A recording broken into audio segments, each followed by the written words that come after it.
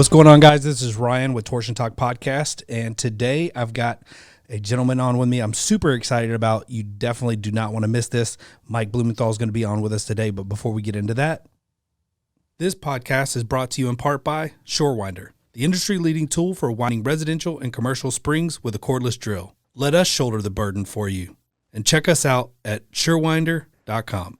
Hey guys, before we get into the show, I need to let you know, not only do I own a garage door company, I also own and run a marketing agency.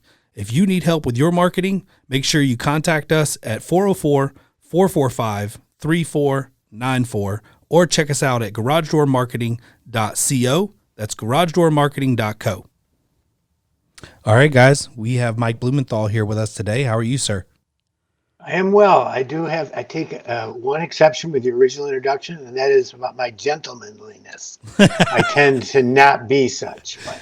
Well, that is part of the reason why I liked having you on the show, because I enjoy your personality. You're very vibrant and exciting to talk to. I've seen you in quite a few, you do conferences, you speak at conferences a lot, and I have been on a lot of the online conferences lately, and one of the things we were actually in here, it was Austin and I were watching, I think, the first online local U, and it started out like, I think you started drinking, and then by the end it was obvious, but it was my favorite part of the whole thing, and that was fun. Well, I'm glad you enjoyed it. I'd walk a mile for a good bourbon. I don't blame you. A good bourbon is hard to come by.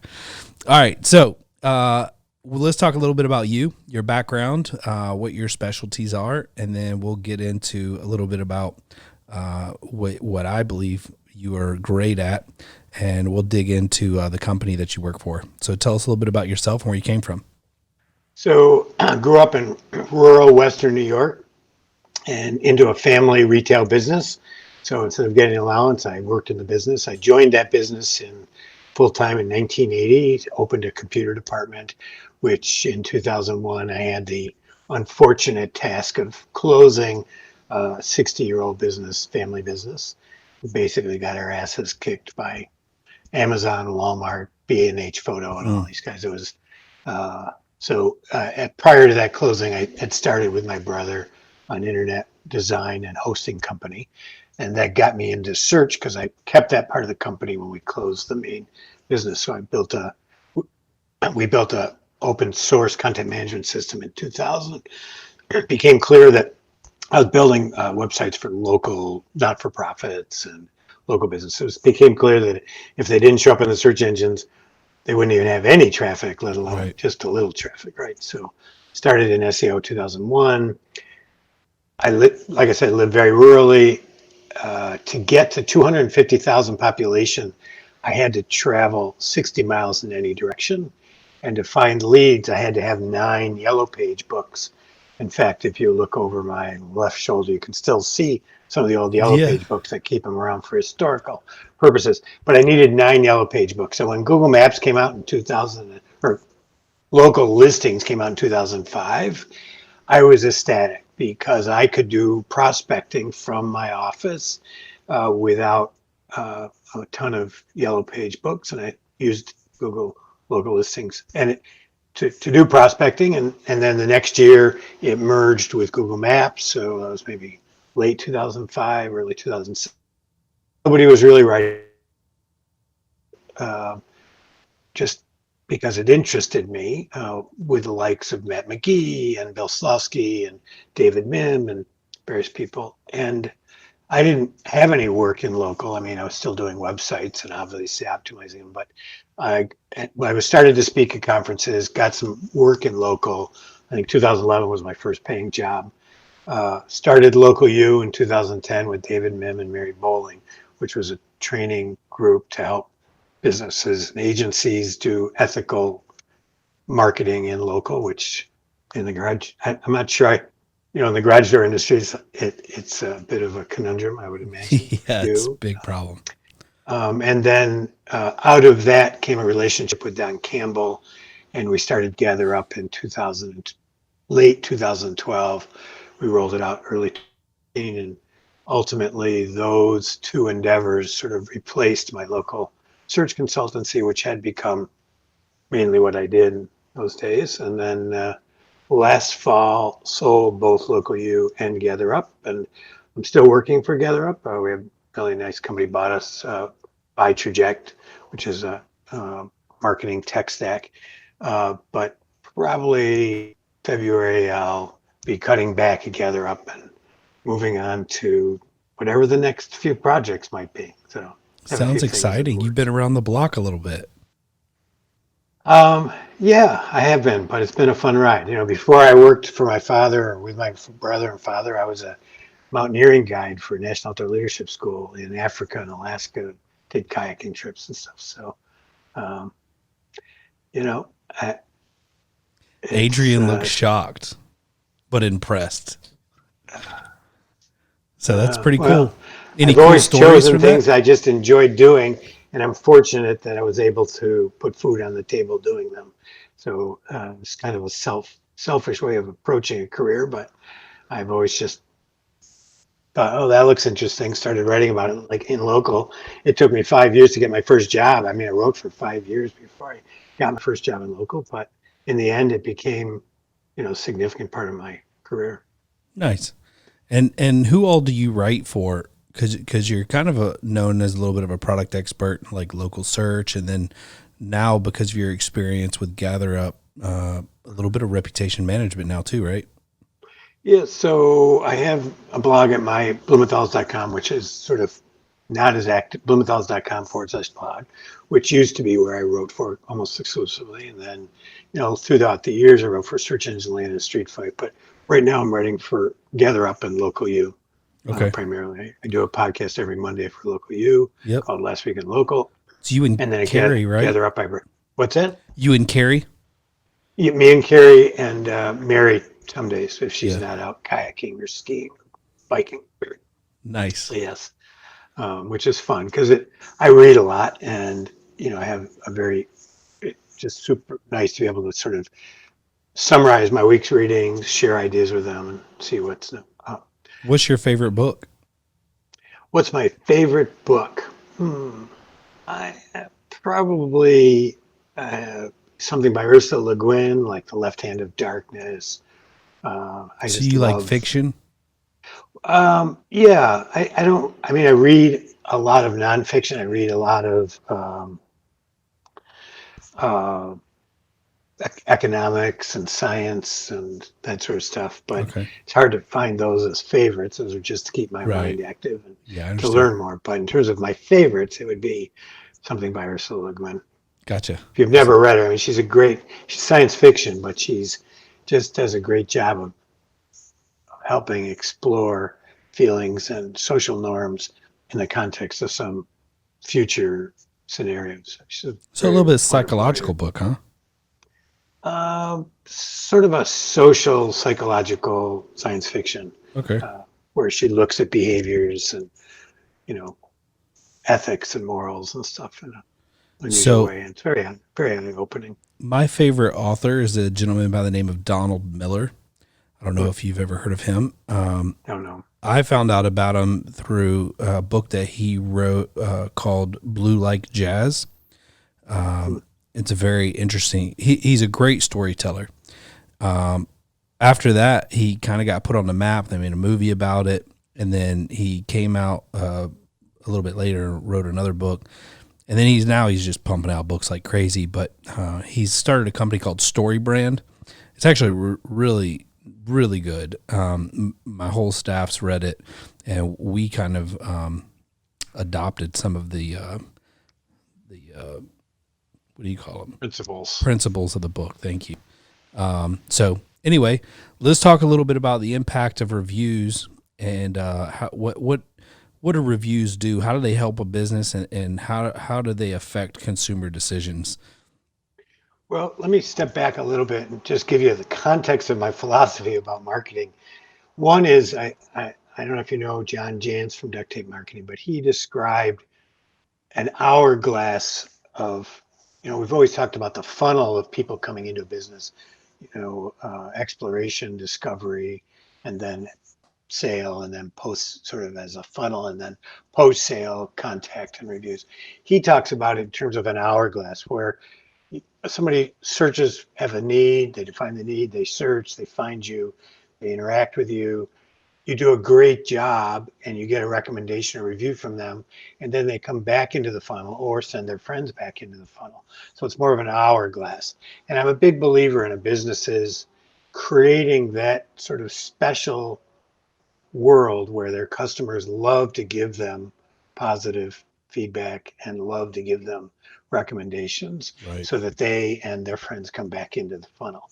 So in the context of that, reviews are just, for me, two things. One is they're a great way to listen to your customer, and listening from my point of view and from, as part of Gather Up is sort of a business superpower, right? If you actually stop and listen and you don't just try to get one more review, but you use reviews as a way to improve your business, to manage your business, to market your business, you can leverage them in a rich way to help tell stories you couldn't otherwise tell in your marketing because it's in the consumer's voice, and to learn where your weaknesses are. I truly believe that complaints are the building blocks of a great business, and so you want to engender as much feedback as you can.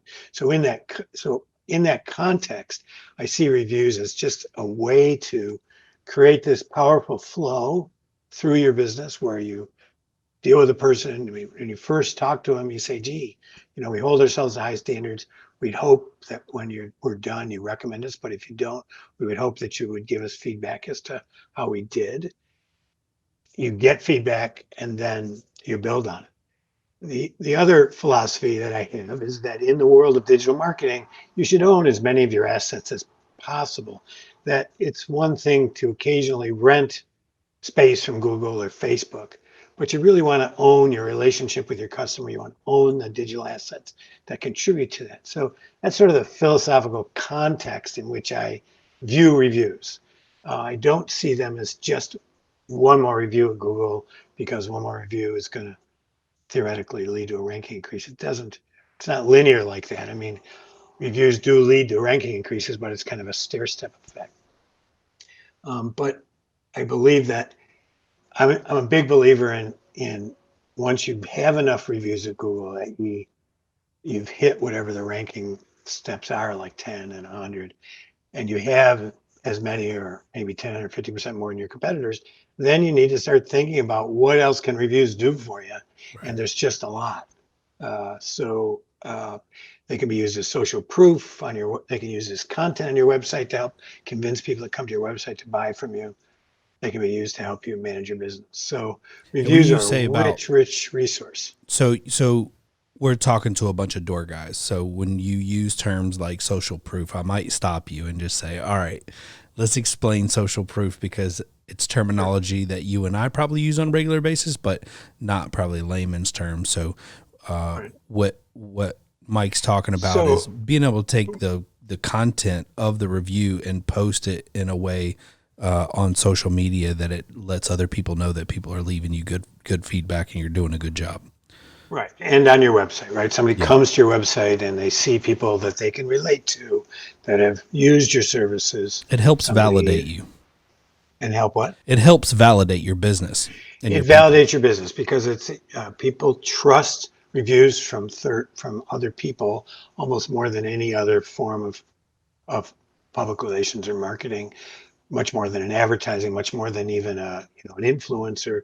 They trust reviews if you treat them honestly and you're not and transparently, and you don't just show the good reviews. People tend to trust them, and it becomes just an affirmation for them, so they can feel comfortable buying from you. Right. Yeah. So the impact of reviews on a business, how like we talked a little bit about the social proof and the validation, and we can take reviews off of maybe Google and put them on social media and then put them on our website. I have a question that I get a lot, and I'd like to present it to you and just kind of hear how you answer it. I've got my own way of answering it, but When we have conversations with our clients about putting their Google reviews on their website and their Yelp reviews on their website, things like that, there every once in a while I'll get a question. Well, isn't that duplicate content? And so, how do you answer that question? So, firstly, there's a misconception about duplicate content on multiple levels. One is that there's some penalty involved with duplicate content. The second is, what is duplicate content? And duplicate content is two complete web pages that are exactly the same, Right. or 80 or 90% the same. So having a few reviews on your website that exist elsewhere on the internet isn't duplicate content, firstly. Secondly, it actually makes your page more unique because it takes 100, 200, 500 characters that weren't on your page and adds that content to your page. So in the case of reviews, it actually is the opposite of duplicate content. It's unique content that Google sees in the context of the rest of your page. Certainly, fine to do. If you're worried about that from the point of view of that or other things, which you shouldn't be. I mean, first party reviews are you own them. This goes back to my idea that you should own your assets in the digital world, own your customer relationship. So first party reviews, most consumers are more willing to give you a direct review than to give a review to Google. Probably 30 or 40% of your customers will give you a direct review. 10 or 15% might leave a review at Google. Well, what do you care where they give you that feedback? Feedback's what's important. And then there's no question about it being duplicate content because it's only being shown on your website. But duplicate content doesn't come into play in this situation at all. I mean, basically, it's just the opposite. Awesome. And I want to talk a little bit about SEO and reviews and how that can impact. But before we get into that, we've got an ad spot that we've got to run, one of which is recorded, and the other one, I'm just going to go on the fly with it because my buddy over at Schweiss, we got to finalize that. But go ahead. Sommer is a European-based garage door opener manufacturer who has recently opened Sommer USA out of Charlotte, North Carolina. Serving more than 90 countries worldwide, with our 40 years of experience, Sommer produces one of the highest quality openers on the market. Combining German engineering and manufacturing, Sommer uses direct drive technology to make their openers and opener accessories durable, long-lasting, quiet, and with the maximum lifting force. Further, Sommer has earned both IDA and DASMA certifications by maintaining the quality and innovation standards set in place by national and international garage door associations. Maintaining these standards has allowed Sommer to create the most versatile operator on the market, featuring unique optimization and diagnostic tools to make their operator perfect for every job and every customer. For more information on Sommer operators, visit sommer-usa.com. That's SOMMER-USA.com, or contact their Charlotte office at 877-766-6607. Sommer's going to have to give me a little bit of a more simple script there. I obviously have a hard time with English. But before we get back to the show, I got to tell you a little bit about Schweiss Door. Schweiss Door is one of the most amazing doors you will ever see in your life. You see them on airplane hangars. You can see them at basketball. Some of the professional basketball teams use them on their stadiums.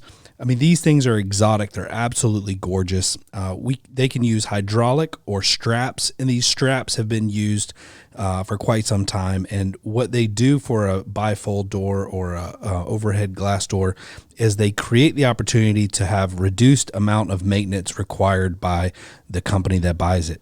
So they're not only super durable, but they've proven to be less maintenance. And with a door that big and that heavy, it's one of the greatest things you can do for your client. I highly recommend installing Schweiss doors. Schweiss doors has been around forever. Check out their website at bifold.com.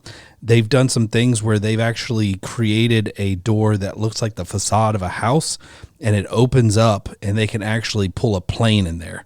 I mean, how cool is that? You can do so many different things with this door. I highly recommend. Check them out, bifold.com. Mr. Schweiss is also one of the greatest men I've ever met in the industry. check out his podcast that we did last season in season 3. And I think he was even in season 2 when we were at the expo. Thank you guys. Enjoy Schweiss Door. Check them out at bifold.com. All right, we're back. I was winging that. I thought I did a pretty decent job for winging it. Anyway, we got to get the script down. So Mike, thank you for being with us. Let's talk a little bit about the SEO effects of reviews on your website. One of the reasons why I love GatherUp is because as an SEO person, I've been doing SEO since around 2001 as well, when I started doing it for car dealerships. And one of the things that I quickly have realized is you're adding content, adding fresh content is great. But if you can get somebody else to add content to the website, that's even better, right? So like Google sees that the page has been updated, you got new content when it gets crawled. And then in some cases, these reviews that get put onto the website automatically using GatherUp actually have some rich content, some keywords that could be used to boost SEO as well. Tell us a little bit about that and some of the effects of having those first-party reviews on your website. Sure.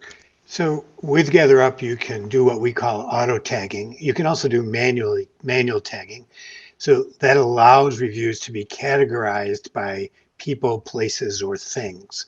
So you could have reviews associated with specific areas that you do work. You could have reviews associated with specific services.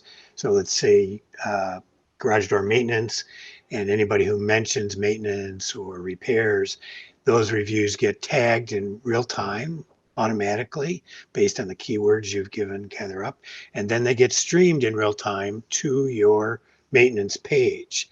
So this is one of the biggest problems in local websites, is that the information on the website becomes stale and it's hard to keep updated.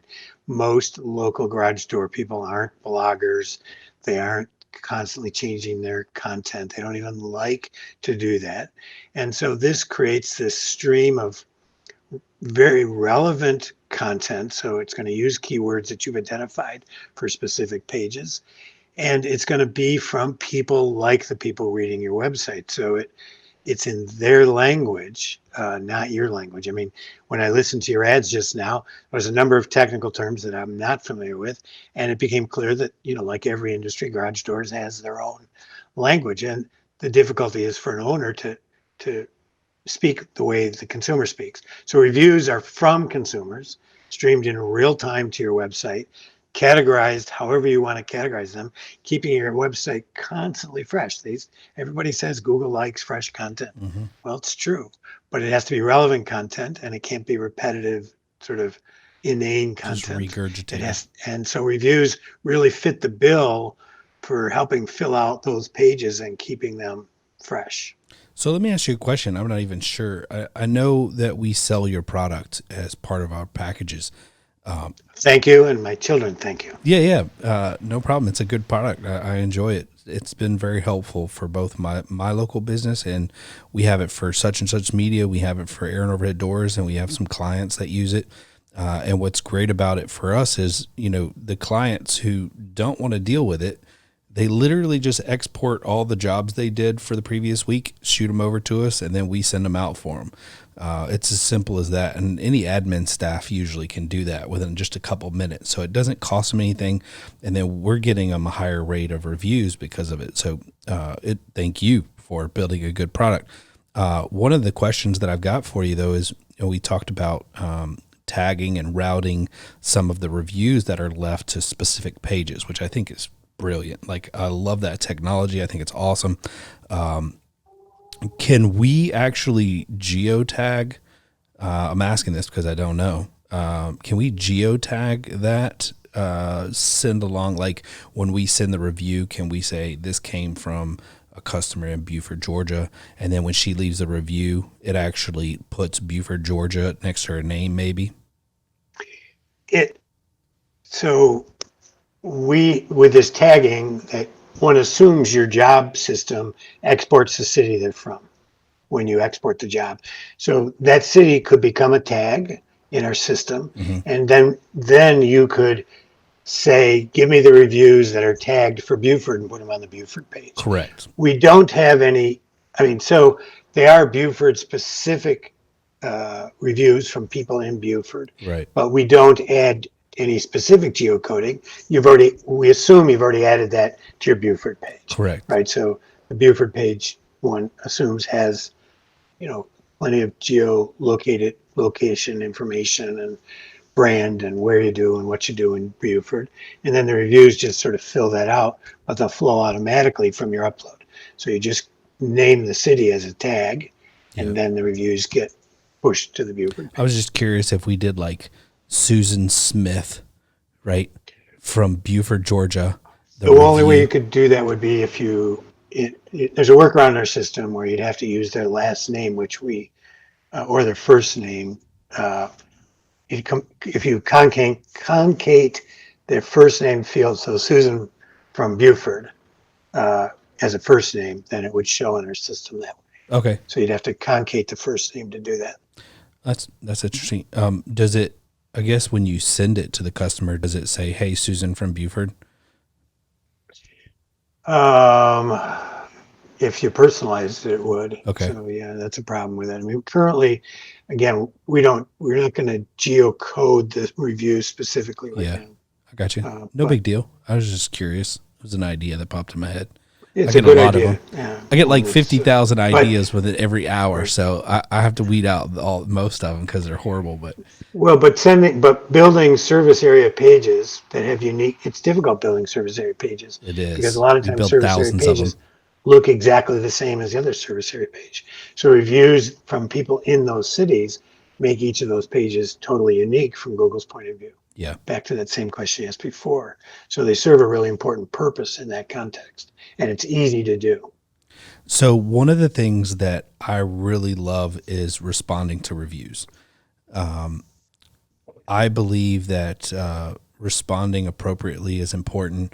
I also believe that people read your responses, especially to bad reviews. One of the things I do now when I go shopping for something, I'll sort by worst review, and then I'll read the customer's complaint, and then I'll read the response of the owner or whoever's, and if I feel like they handled it really well and they're level headed, and I feel really good that if there's a problem, I'm not looking for perfection when I hire somebody, but I do want to know if it hits the fan, we can have a conversation and come up with a resolution that works for both of us. And that's what I'm looking for when I'm looking at these responses. Can you talk a little bit about responding to reviews and how that works?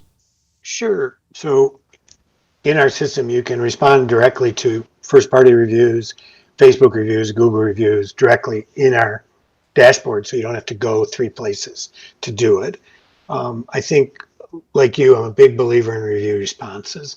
If sometimes businesses have to work on a triage basis to have time to respond to all reviews, if that's the case, then you definitely want to respond to the negative reviews. That's sort of required. Right. And when you do, you have to realize that, like you said, people aren't expecting to be perfect. They're expecting you to accept responsibility. And you have to also realize that you may or may not have lost that customer.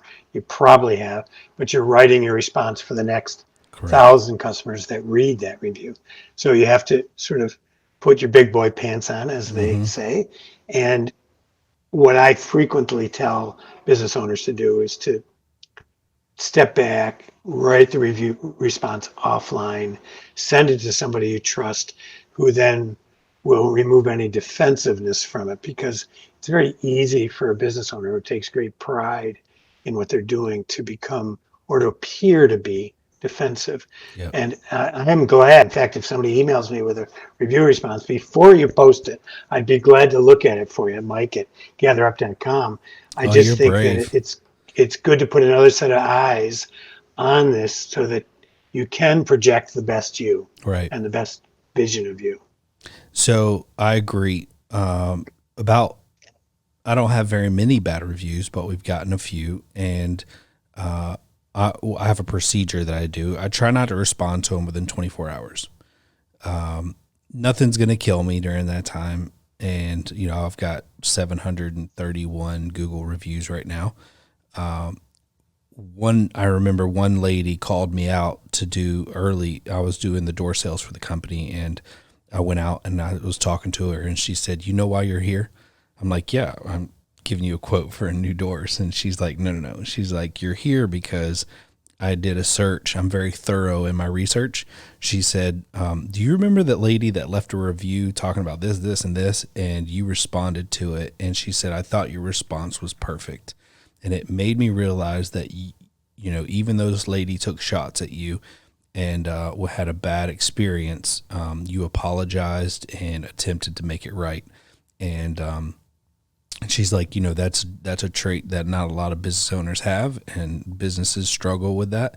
And she said, I like that, and I wanted to do business with you because of that review and how you responded. And so I believe that that's a big deal. As a matter of fact, one of my favorite reviews of all time, I just got it 6 days ago. You want to know what it is? Yeah, sure. So I got a 5-star review from a lady named Gasby Brown, and it's 4 words. It's my favorite review I've ever received. It says, expensive, but worth it. I like that. There you go. That's great.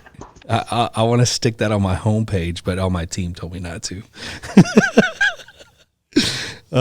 So we don't want to be the cheap guys, but we definitely want to do a good job, and I want people to pay for the service. So, all right. So let's talk about reviews and ranking. We talked a little bit about best practices. Is there anything else about best practices and ways to get reviews that we didn't hit on?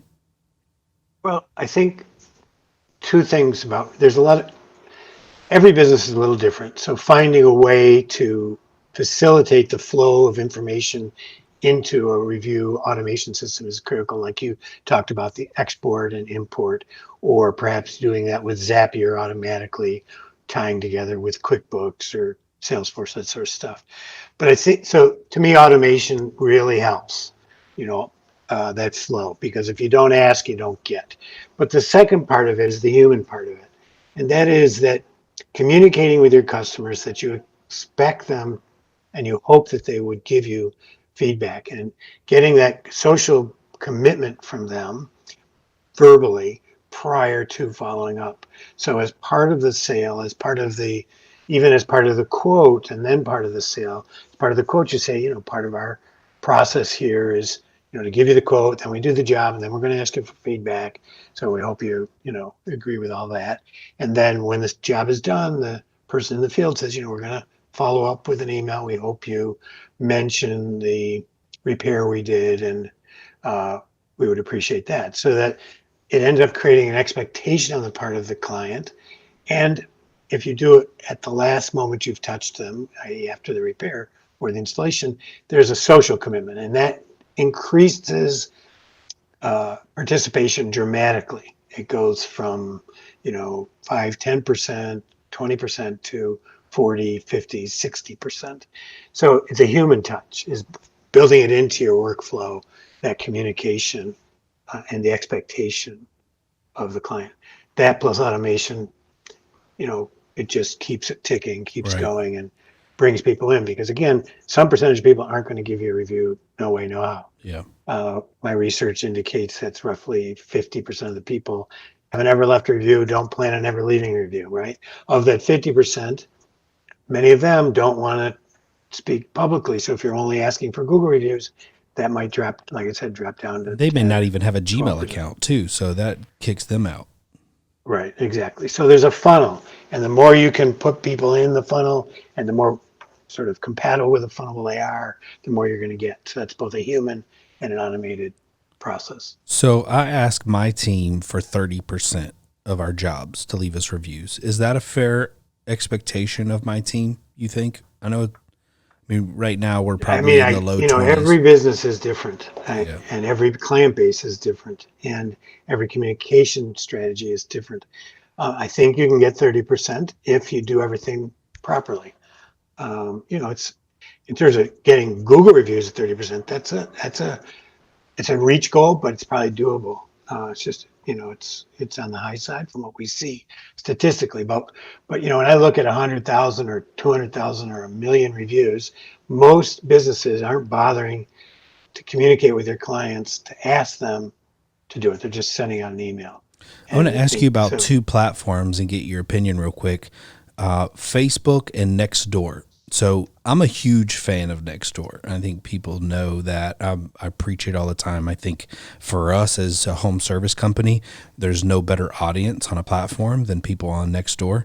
I know the people on Nextdoor that have been around a long time don't really love seeing all the ads, but it's a captive audience and it's very cheap to advertise there. And we're an ad agency for them, and so we run ads for our clients on Nextdoor, and we see great results.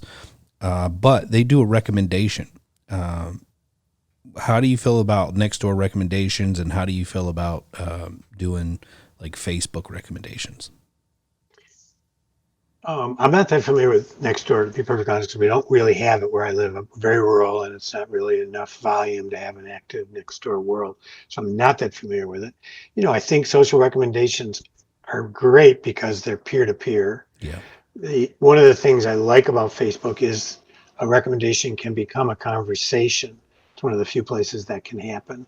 I don't know how they're handled in Nextdoor. In other words, at Facebook, not only does the person leaving the recommendation can get a response from the owner, but they can get responses from other users, and then the owner can have an ongoing conversation.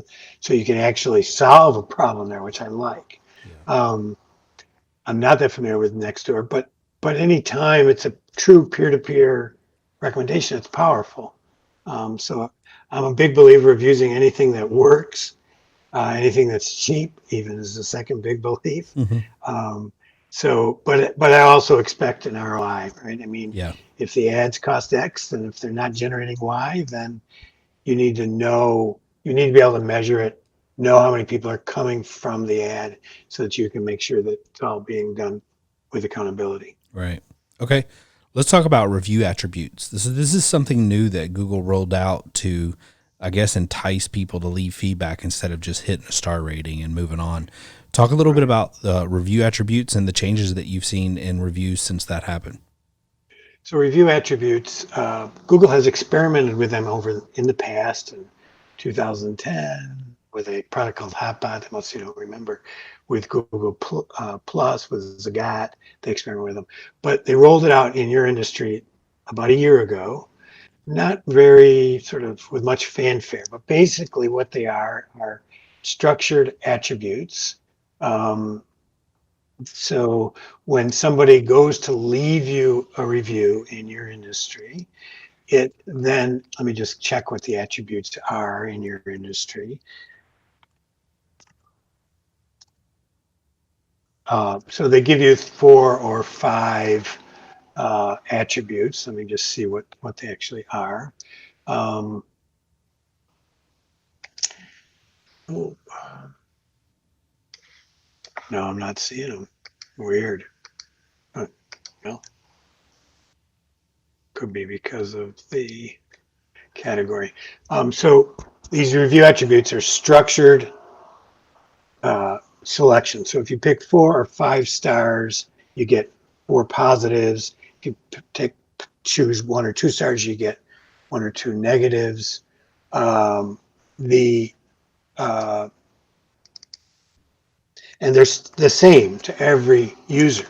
So one of the problems with Google reviews is we see a lot of ratings only reviews, right? Where somebody, leaves a rating and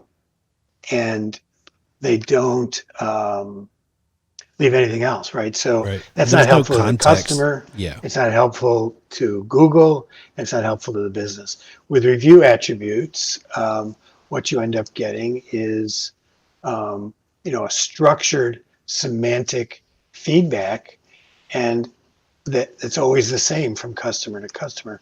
So it's very valuable in that regard. And so we just like it a lot. You see it more in the service industries rather than the product industries. So, And they're pulling out keywords, key phrases. Like I'm looking here and I think they've been doing this for a while, but 36 times Aaron overhead doors in the reviews, people mentioned efficient.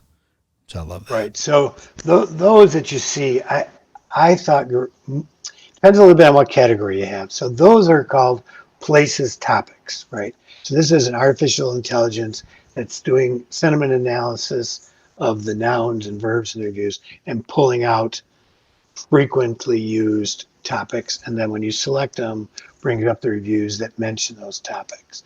But there's, and I thought it was in garage doors, but if your category is garage door supplier, you don't get them.